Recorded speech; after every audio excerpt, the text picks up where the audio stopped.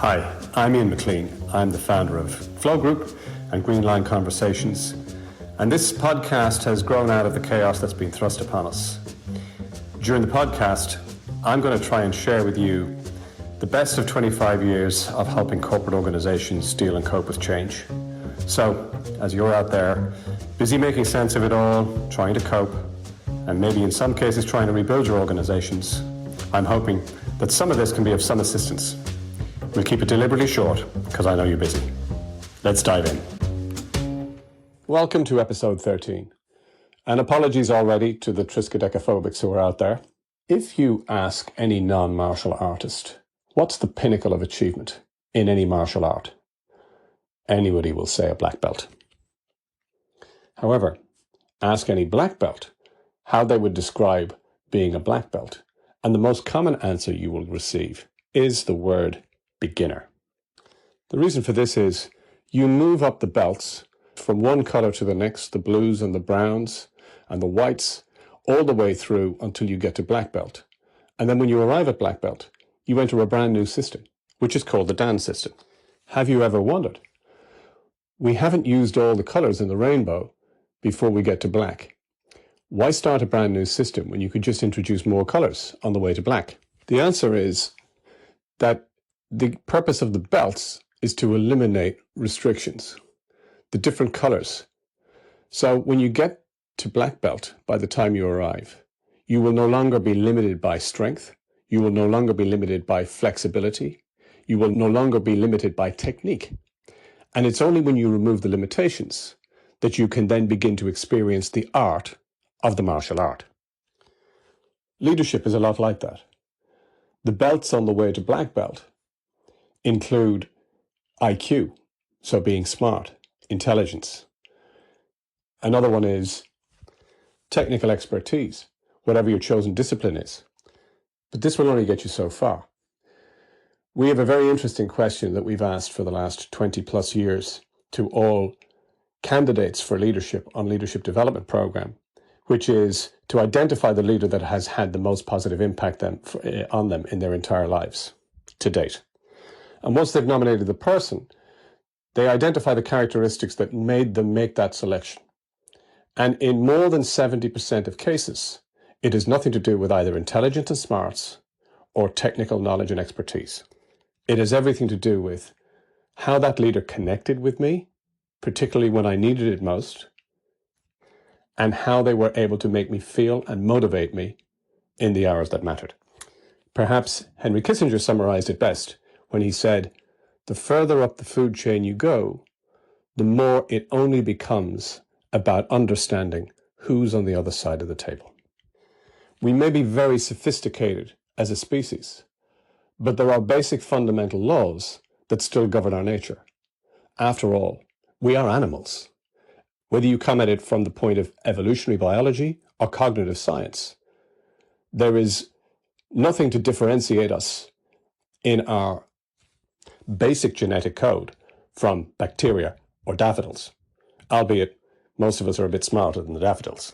So if our reputation as a leader is based on our impact and how we're going to be judged during this chaos, and that impact is nothing to do with our intelligence or knowledge of our discipline, I still find it remarkable that most leaders can read a balance sheet or prepare for a meeting or run a project, but they haven't the first clue about what the basic tenets of how to motivate people are.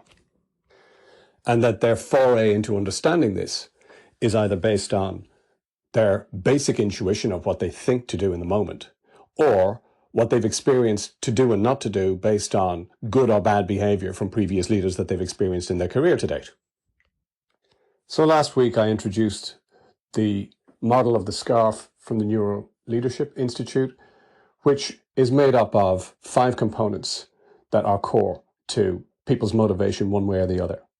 And they are status, how people feature relative to their peer group in their community, in their teams; certainty, a basic understanding of what the game is, what the rules are, what's expected, what the detail is; autonomy, the ability to make my own choices and determine my own destiny; relatedness is connection to other people; and fairness, which is a sense of fairness for all and fair play. The thing to know is that we are not all disposed to each of those in equal measure. In fact, the individuality that we have is that typically there are one or two of those five virtues that drive us more than the other. And understanding what that hierarchy is a very, very significant tool in being able to help people stay focused, stay motivated, stay inspired. So let's begin with you. Which of the five is the one or two that are core to your own personal motivation? Many managers and leaders are blind to this. It's like betting blind on poker hands. And they're wondering why they have good days and bad days. Naturally, we will have good days and bad days, but we can mitigate that somewhat by a better self-understanding of what our core drivers are. For me, it was a very interesting journey to discover that my entire life has been a homage to autonomy. And it's nothing that's a conscious thing. I don't get up in the morning thinking, how can I be autonomous today? So this is going on underneath the surface all the time. It's like the hum of the fridge. But retrospectively, when I look back at my life, it's no coincidence that I left home and was first to leave home aged 19, giving up a scholarship at university in the process. It's no coincidence either that I've never had a paycheck from an employer because I've never worked for somebody formally. And I can remember very clearly the day I got my first credit card. I was living in Oxford, and when I got the credit card through, the thing that drew my attention was the credit limit, which was £1,500 at the time. I remember feeling incensed, making an appointment with my bank manager in the days when you could have an appointment with your bank manager, and remonstrating with him about the limit, which I insisted needed to be raised.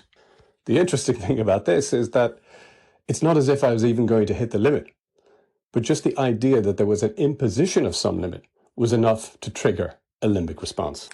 Now, I wouldn't want to be employing me, but if I did, it would be clear that the way to motivate me would be to give me a clear target and get well out of the way. Finally, in this episode, I can remember very clearly the last crisis in 2008, 2009, when, without the wage subsidy, like many other organizations and our competitors, we had to lay people off, and those that were left were reduced both in terms of pay and in terms of time.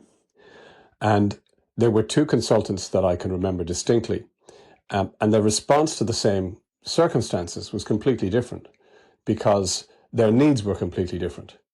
So for one consultant who had a high certainty need, she was somebody who needed to know at every turn, every corner, what was happening, what wasn't happening, what the expectations were, how long it was going to last, when pay might be restored, when time might be restored, what I knew, what I didn't know. And this need for certainty was something that I needed to pay attention to in order to keep this person, this consultant, motivated. Another consultant whose main driver was relatedness. This was somebody who got a lot of their motivation through their interaction with others, whether it was peers whilst working with client projects or working with clients directly in the office, because we were reduced down to such little hours. The opportunity for this consultant to have her relatedness need met was very, very limited and strictly curtailed. And what I had to do was think about ways in which I could still create the relatedness opportunities to connect, in spite of the fact that there was practically no work to do. The idea of a one-size-fits-all approach to motivation is absurd because people are individual, and understanding what their core drivers are and what their needs are. And in both cases that I've mentioned, one of the least anxieties that people had was financial. In our concluding part of motivation in chaos, next week, I'm going to go into more detail about how we can identify the things to do and not to do with our people, depending on what their priority need is. In the meantime, stay safe, stay sane, stay connected.